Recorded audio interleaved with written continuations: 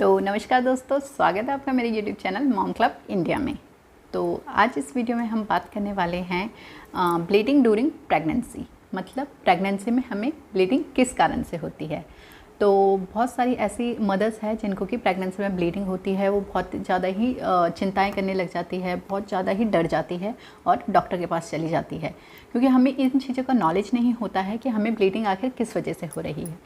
तो आज इस वीडियो में हम यही डिस्कस करेंगे कि हमें ब्लीडिंग किस वजह से होती है प्रेगनेंसी में। तो इसमें हम जानेंगे कि हमें प्रेगनेंसी फर्स्ट ट्राइमेस्टर में किस कारण से ब्लीडिंग होती है, सेकंड ट्राइमेस्टर में किस वजह से ब्लीडिंग होती है एंड थर्ड ट्राइमेस्टर में किस वजह से ब्लीडिंग होती है। तो वीडियो शुरू करने से पहले अगर आप मेरे चैनल पर नए हैं तो मेरी वीडियो को लाइक, शेयर और सब्सक्राइब जरूर करिए, ताकि इसी तरीके से इन्फॉर्मेटिव वीडियो मैं आप तक पहुँचाती रहूँ। तो वीडियो स्टार्ट करते हैं।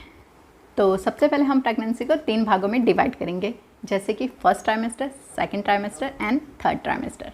तो इसमें मैं आपको बताऊंगी अगर आपको फर्स्ट ट्राइमेस्टर में ब्लीडिंग हो रही है तो उसकी वजह क्या है, अगर आपको सेकंड ट्राइमेस्टर में ब्लीडिंग हो रही है तो वो किन कारणों से हो रही है, और अगर आपको थर्ड ट्राइमेस्टर में ब्लीडिंग हो रही है तो उसका क्या कारण है। तो सबसे पहले बात करते हैं फर्स्ट ट्राइमेस्टर की। तो जैसे कि आपको पता है कि फर्स्ट ट्राइमेस्टर में सबसे कॉमन ब्लीडिंग होती है इम्प्लांटेशन ब्लीडिंग।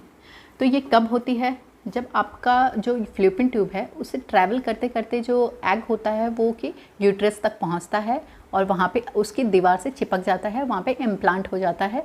उस टाइम पे आपको हल्की पिंकिश कलर की ब्लीडिंग हो सकती है, जिसको कि हम इम्प्लांटेशन ब्लीडिंग कहते हैं। ये आपको पीरियड के 1 हफ्ते पहले हो सकती है या फिर 3-4 दिन पहले भी हो सकती है। ये इस बात का संकेत देती है कि आपने कंसीव कर लिया है। तो जो आपका नेक्स्ट है वो है क्रोमोसोमल प्रॉब्लम। हो सकता है कि जो पेट में बच्चा डेवलप हुआ है वो अबनॉर्मल बच्चा है, अबनॉर्मल डेवलप हुआ है, तो वो अच्छे से डेवलप नहीं हुआ है। तो जब बच्चा अबनॉर्मल डेवलप होता है तो हमारी जो बॉडी होती है उसको नेचुरली फ्लश आउट कर देती है, उसको नेचुरली बाहर निकालना स्टार्ट कर देती है। तो ये आपकी ब्लैकिश कलर की ब्लीडिंग हो सकती है, थ्रेड टाइप की हो सकती है। तो ये इस बात का संकेत देती है कि आपको अब अबॉर्शन होने वाला है। ये हमें बताता है कि जो पेट में बच्चा है वो सही से नहीं बना है। ठीक है, तो नाउ आपका थर्ड पॉइंट है एक्टोपिक प्रेगनेंसी। जैसे कि हम जानते हैं एक्टोपिक प्रेगनेंसी एक जानलेवा प्रेगनेंसी होती है, अगर हमें सही टाइम पे इसका पता ना चले तो एक्टोपिक प्रेगनेंसी में आखिर होता क्या है। एक्टोपिक प्रेगनेंसी में जो बच्चा होता है वो यूट्रस में ना चिपक के कहीं और अपनी जगह बना लेता है, जैसे कि वो फ्लूपिन ट्यूब में ही अपने इम्प्लांट कर लेता है, वहीं ग्रो होना स्टार्ट कर देता है, जिसकी वजह से कि हमें जान का खतरा हो सकता है अगर सही समय पे पता ना चले तो। अगर आपको एक्टोपिक प्रेगनेंसी है तो इसमें भी आपको ब्लीडिंग स्टार्ट हो सकती है ब्लैकिश कलर की। तो ये भी एक संकेत होता है कि आपको अबॉर्शन का संकेत होता है कि आपके जो बच्चा है वो सही जगह पे नहीं बना है।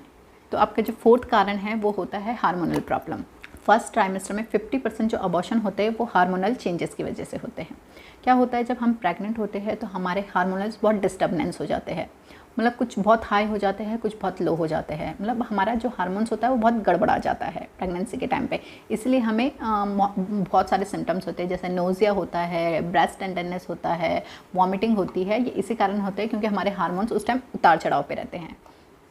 तो क्या होता है, अगर किसी मॉम को पीसीओडी की समस्या है, थायराइड की समस्या है, या फिर उनके खून की कमी है, ब्लड प्रेशर हाई है, डायबिटीज़ है, तो इन माओं को क्या होता है, अगर इनके हार्मोन्स डिसबैलेंस हो गए तो बच्चा अंदर ही अंदर ख़राब हो सकता है, जिस कारण से कि आपका अबॉर्शन हो सकता है, फिर आपकी ब्लीडिंग स्टार्ट हो सकती है। तो ये तो बताया मैंने आपको कि फर्स्ट ट्राइमेस्टर में ये 4 कारण जिन कारणों से हमें ब्लीडिंग होती है। तो अब बात करते हैं अगर आपको सेकंड ट्राइमेस्टर में ब्लीडिंग हो रही है तो उसका क्या कारण हो सकता है। तो सबसे पहला कारण है आपका एमनोटिक सैक। आपको पता होगा कि बच्चा जिस दीवार के अंदर होता है, जिस पानी के अंदर होता है, वो एक एमनोटिक सैक से कवर होता है, उसको बोलते हैं एमनोटिक सैक। तो क्या होता है, जब एमनोटिक सैक वो बच्चा दाने में चिपकता है और वो धीरे धीरे वहाँ पे ग्रो करना स्टार्ट कर देता है, तो आपको 11 से 13वें वीक के आसपास कुछ हल्की पिंकिश कलर की ब्लीडिंग हो सकती है, जिसको कि एमनोटिक सैक ब्लीडिंग कहते हैं। ये बहुत ही कॉमन होता है, इसके लिए आपको चिंता करने की कोई ज़रूरत नहीं है।